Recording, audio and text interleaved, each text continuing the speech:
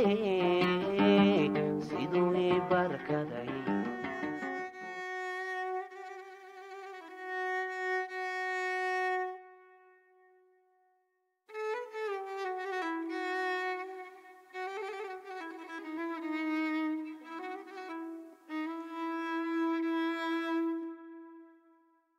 dhalinyaradana waad la socotaa in ka badan boqolkiiba 65 ilaa 70 ku dhawaad populationka Soomaaliya waa dhalinyaro. As you know, Somali youth has been facing very many challenges after when the central government has collapsed in 1991. The lack of education, the lack of employment, the lack of opportunities, it all adds to why they're being recruited by Al-Shabaab and why it makes it easier for the terrorist organization to recruit them. Every young person in this country that is not receiving education, that's not receiving school, and that might not have a job or have no opportunity or looking forward to a job in his future is at risk. If the government, if the local organizations, local NGOs, if they put in methods, you know, like tackling youth unemployment, if they make it a concern,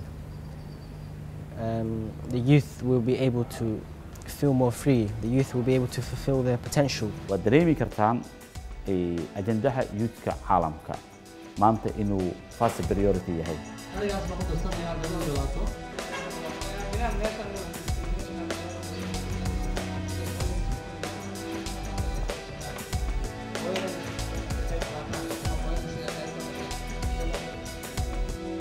Yesterday we have did another workshop that is about how we can create a jobs to the Somali youth and how we can support those who have an entrepreneurship initiatives. I really believe that things are changing because the most important problem for youth in this country would be number one, security, number two, training, schooling, vocational training, etc.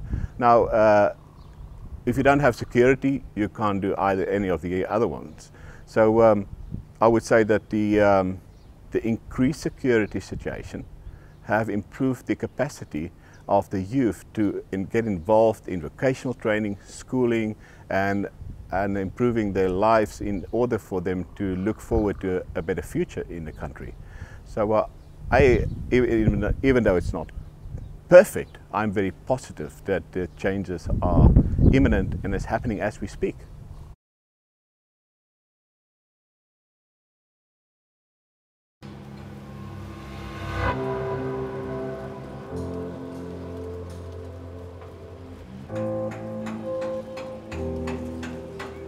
All alone, I am left at home with no one to lean to, all because I am blind. My dream was to become an engineer, civil engineer.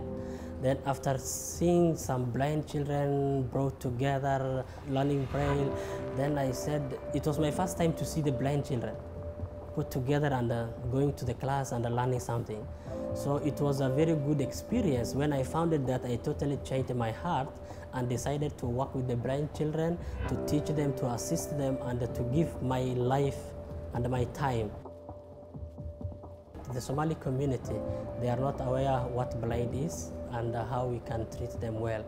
Again, the problem is there is no any person or any organization willing to give opportunity to the blind children in Somalia. I want to learn international relationship and I want to make my country something and help disability people. Our long-term plan is this school to become a role model school for the blind in Somalia, to get permanent building, to get expected fund for the blind children, to enroll the rest of the blind children who are in the waiting list.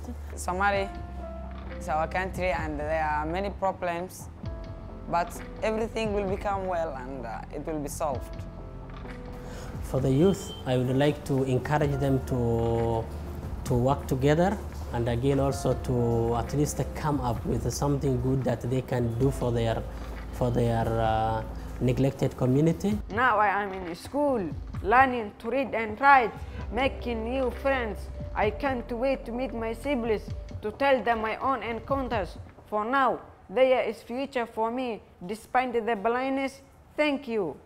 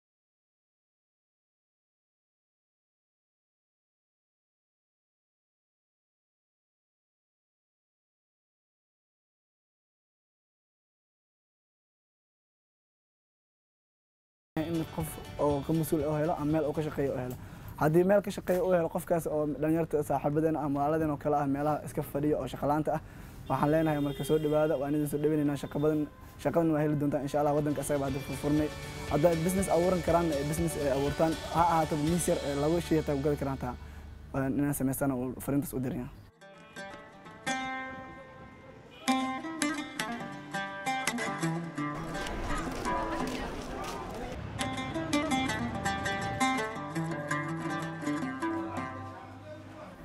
ganacsigan horta waxa waa supermarket noogu qoran laakiin waa mini supermarket waxaan rajaynaynaa inuu big supermarket uu noqdo full supermarket waxaana ka ganacsanaa food staffiska iyo khaas ahaan qalabka nadaafadda waxyaabahaasaan ka ganacsanaa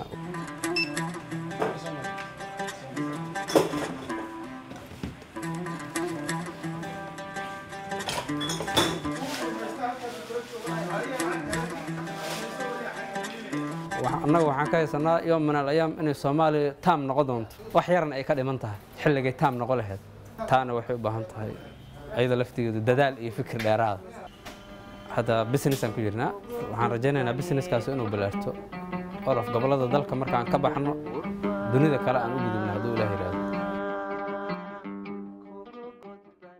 the youth in the country to be active member to the society, to be active member in the country and to play their role. But I always say if you run out of plans, that's when your life stops. And the Somalis never run out of plans. They always wake up with a new plan every morning.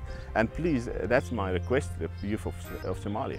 Wake up every morning with a new plan. And if the old plan is not working, always have a B plan or a C plan. And I always have a Z plan. I always 50 plans. That if the one doesn't work, go back to the second one. There's always a plan that will work in the end, but you must never stop trying. dhalinyarada Soomaaliyeedna xiligan loo bixiyo dhalinyaradii u horseedayay nabadda iyo horumarka dalka. The young people have the greatest ideas. We can contribute more to society and to the local community. والله qiimo weyn ayay ila leedahay hadii dhalinyarada ay gacan qabsadaan oo ay midoobaan in sidaan la socono dhalinyarada waa awoodda kaliya ee wadan kasta uu leeyahay haday dhinacii aqoonta ay ka dhisan yihiin dhinacii niyadiina hal niyad ay yihiin because hal doon ayaa la wada saaran yahay marka wax weyn inay soo kordhin karto ayaan aaminsanahay hadii dhalinyarada isku aragti ay noqoto dhinacii horumarkan ay u jeestaan